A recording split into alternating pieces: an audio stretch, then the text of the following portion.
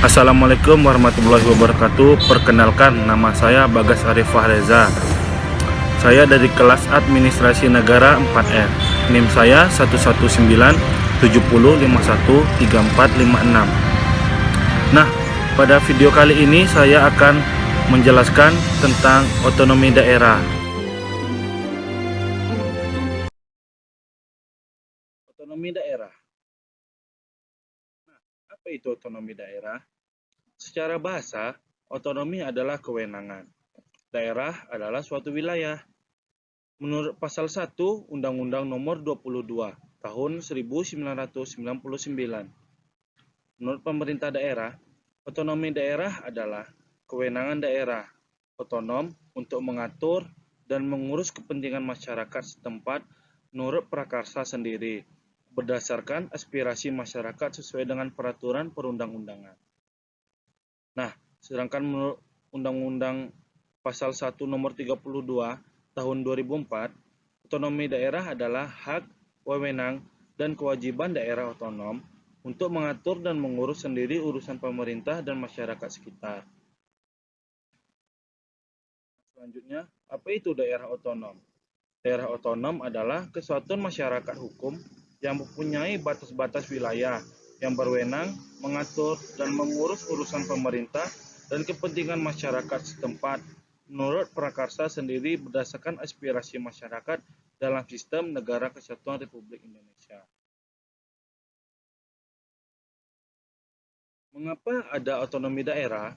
Sebagai wujud adanya perubahan paradigma dalam pelaksanaan pemerintah di Indonesia yang selama ini atau sebelum era reformasi bersifat sentralistik, telah tidak sesuai lagi dengan tuntunan kehidupan masyarakat Indonesia saat ini. Nah, selanjutnya, tujuan otonomi daerah. Yang pertama ada peningkatan pelayanan dan kesejahteraan masyarakat.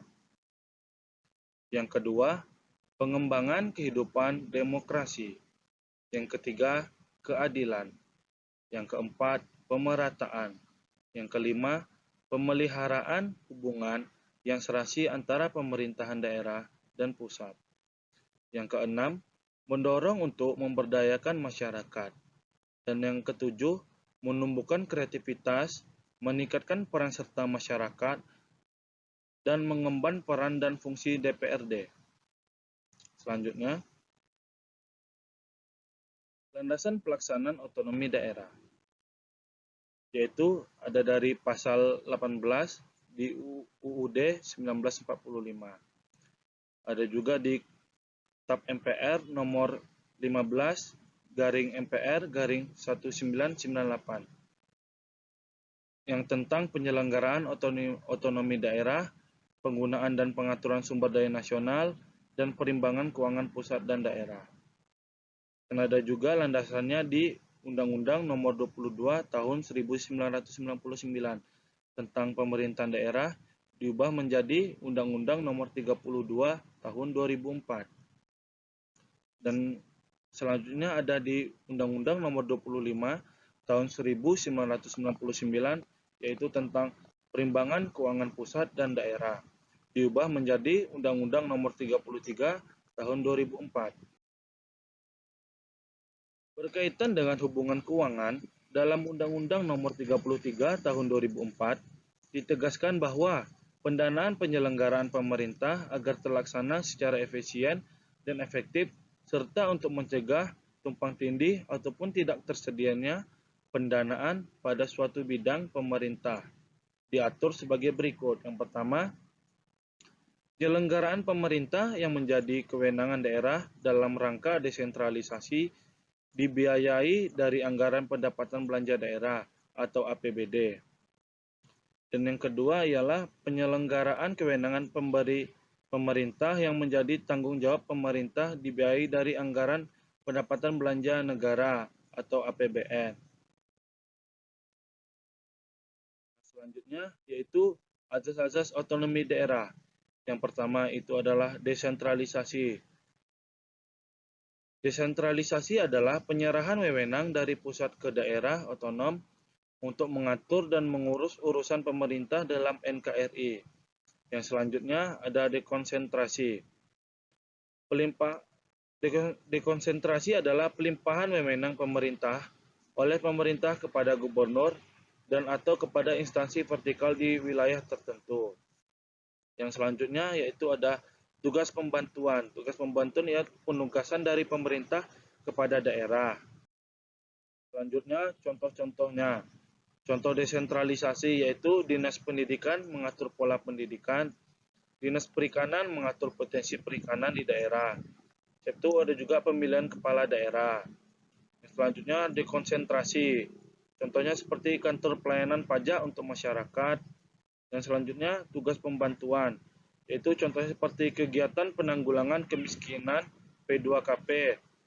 Selanjutnya kegiatan pengembangan infrastruktur sosial ekonomi. Dan yang terakhir bantuan operasional kesehatan. Selanjutnya asas-asas pelaksanaan otonomi daerah yaitu otonomi luas. Otonomi luas yaitu kekuasaan daerah untuk menyelenggarakan pemerintah yang mencakup kewenangan semua bidang, kecuali kewenangan yang oleh undang-undang ditetapkan tidak menjadi wewenang pemerintah daerah. Nomor 2, otonomi nyata, yaitu keleluasaan daerah untuk menyelenggarakan pemerintahan di bidang tertentu yang secara nyata ada dan diperlakukan untuk tumbuh dan berkembang di daerah. Yang ketiga, otonomi yang bertanggung jawab, yaitu perwujudan dan pertanggungjawaban sebagai konsekuensi pemberian hak dan kewenangan kepada daerah sebagai wujud tugas dan kewajiban daerah dalam mencapai tujuan otonomi. Selanjutnya, hak dan kewajiban pemerintah daerah. Haknya ialah mengatur dan mengurus sendiri urusan pemerintah, memilih pimpinan daerah, mengelola aparatur daerah, memungut pajak daerah, mendapatkan bagi hasil dari pengelolaan sumber daya alam dan sumber daya lainnya yang ada di daerah. Selanjutnya, mendapatkan sumber-sumber pendapatan lain yang sah. Setelah itu, mendapatkan hak lainnya yang diatur dalam peraturan perundang-undangan Pasal 21 Undang-Undang Nomor 32 Tahun 2004. Selanjutnya yaitu kewajibannya. Kewajibannya yaitu melindungi masyarakat, menjaga persatuan, kesatuan, dan kerukunan nasional serta keutuhan NKRI. Yang kedua, meningkatkan kehidupan demokrasi. Yang ketiga, mengembangkan kualitas kehidupan masyarakat. Yang keempat, mewujudkan keadilan dan pemerataan. Yang kelima, meningkatkan pelayanan dasar pendidikan. Yang keenam, menyediakan fasilitas kesehatan. Yang ketujuh dan sebagainya menurut pasal 22 Undang-Undang Nomor 32 Tahun 2004. Selanjutnya yaitu kewenangan pemerintah daerah dalam mengurus kepentingan masyarakat meliputi bidang pendidikan, kesejahteraan, kesehatan, perumahan, pertanian, dan perdagangan. Selanjutnya, kewenangan pemerintah yang tetap menjadi urusan pemerintah pusat, yaitu seperti politik luar negeri, pertahanan, keamanan, justisi, moneter dan fiskal nasional, dan agama. Prinsip-prinsip pelaksanaan otonomi daerah. Memperhatikan aspek demokrasi, keadilan pemerataan potensi, dan keragaman daerah. Selanjutnya, didasarkan atas otonomi luas, otonomi nyata, dan bertanggung jawab. Otonomi luas dan utuh diletakkan pada kabupaten atau kota, sedangkan otonomi provinsi merupakan otonomi yang terbatas. Yang selanjutnya yaitu pelaksanaan otonomi harus sesuai dengan konstitusi negara sehingga tetap terjalin hubungan pusat, daerah, dan antar daerah. Yang kelima, harus meningkatkan kemandirian daerah otonom, serta di dalam kabupaten dan kota tidak ada lagi wilayah administratif. Yang keenam, harus meningkatkan peranan dan fungsi legislatif daerah dan fungsi anggaran dalam penyelenggaraan pemerintah daerah. Yang ketujuh, azas dekonsentrasi diletakkan pada provinsi sebagai wilayah administrasi untuk melaksanakan pemerintahan tertentu yang dilimpahkan kepada gubernur. Susunan pemerintahan daerah. Pemerintah daerah adalah penyelenggaraan urusan pemerintahan oleh pemerintah daerah dan DPRD menurut azas otonomi dan tugas pembantuan dengan prinsip otonomi seluas-luasnya dalam sistem dan prinsip Negara Kesatuan Republik Indonesia. Unsur penyelenggaraan pemerintah daerah adalah DPRD dan pemerintah daerah. Pemerintah daerah terdiri atas kepala daerah dan perangkat daerah. Sedangkan unsur perangkat daerah yaitu sekretariat daerah yang dipimpin oleh sekretaris daerah, lembaga dinas daerah yang dipimpin oleh kepala dinas, lembaga teknis daerah yang dipimpin oleh kepala badan daerah, kecamatan yang dipimpin oleh camat, kelurahan yang dipimpin oleh lurah.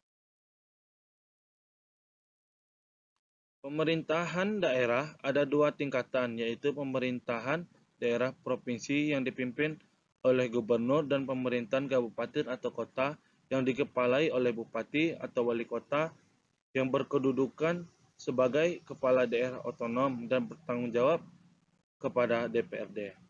Gubernur memiliki peran atau kedudukan ganda, yaitu sebagai kepala daerah dan sekaligus wakil pemerintah. Baiklah, sekian penjelasan otonomi daerah pada video kali ini. Saya akhiri, wabillahi taufiq wal hidayah. Wassalamualaikum warahmatullahi wabarakatuh.